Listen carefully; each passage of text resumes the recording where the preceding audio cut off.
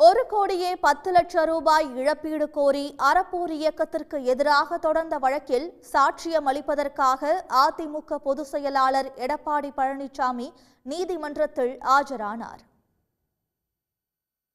2016 முதல் 2021 வரையிலான அதிமுக ஆட்சியில் தஞ்சாவூர், சிவகங்கை, கோவை மாவட்டங்களின் நெடுஞ்சாலை டெண்டர் ஒதுக்கீட்டில் அரசுக்கு ₹692 கோடி இழப்பு ஏற்படுத்தி முறைகேடு செய்ததாக அப்போதைய முதலமைச்சர் எடப்பாடி பழனிசாமிக்கு எதிராக அறப்போர் இயக்கம் புகார் அளித்தது.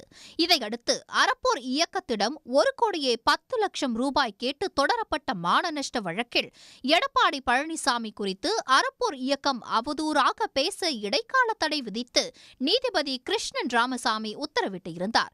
இந்த தடையை நீக்க கோரி அறப்போர் இயக்கம் தொடர்ந்த மேல்முறையீட்டு வழக்கு நிலுவையில் உள்ளது. இந்நிலையில் பிரதான வழக்கு தொடர்பாக சென்னை உயர்நீதிமன்ற வளாகத்தில் உள்ள மாஸ்டர் நீதிமன்றத்தில் சாட்சி அளிப்பதற்காக முன்னாள் முதலமைச்சர் எடப்பாடி பழனிசாமி ஆஜரானார். இதையடுத்து வழக்கின் விசாரணையை டிசம்பர் 11 மாஸ்டர் நீதிமன்றம் ஒத்திவைத்துள்ளது. உடனுக்குடன் செய்திகளை தெரிந்து கொள்ள சன் நியூஸ் பெல் ஐகானை கிளிக் பண்ணுங்க.